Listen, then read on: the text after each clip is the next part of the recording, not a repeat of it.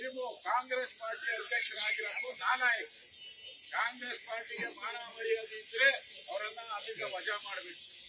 ದೇಶದ ಜನರ ಮುಂದೆ ಕ್ಷಮಾಪಣೆ ಕೇಳಬೇಕು. ಅದಕ್ಕೆ ಸಬೂಬ್ ಹೇಳ್ತಾ ಇದ್ದಾರೆ.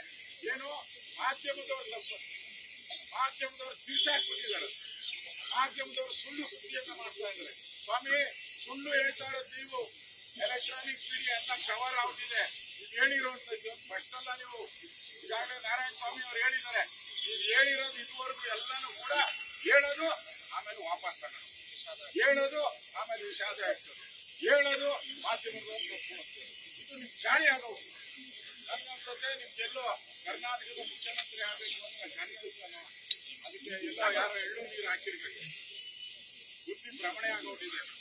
ಅಲ್ಲಿ ಕೇಂದ್ರದಲ್ಲೂ ಇನ್ನ 20 ವರ್ಷ ಹೋದರೂ ನೀವು ಅಧಿಕಾರಕ್ಕೆ ಬರಲ್ಲ. ಅದರಿಂದ ರಾಜ್ಯದಲ್ಲೂ ನಿಮ್ಗೆ ಕೊನೆ ಎಳೆದ್ಬಿಟ್ಟಿದ್ದಾರೆ ಕಾಂಗ್ರೆಸ್ ಪಾರ್ಟಿ.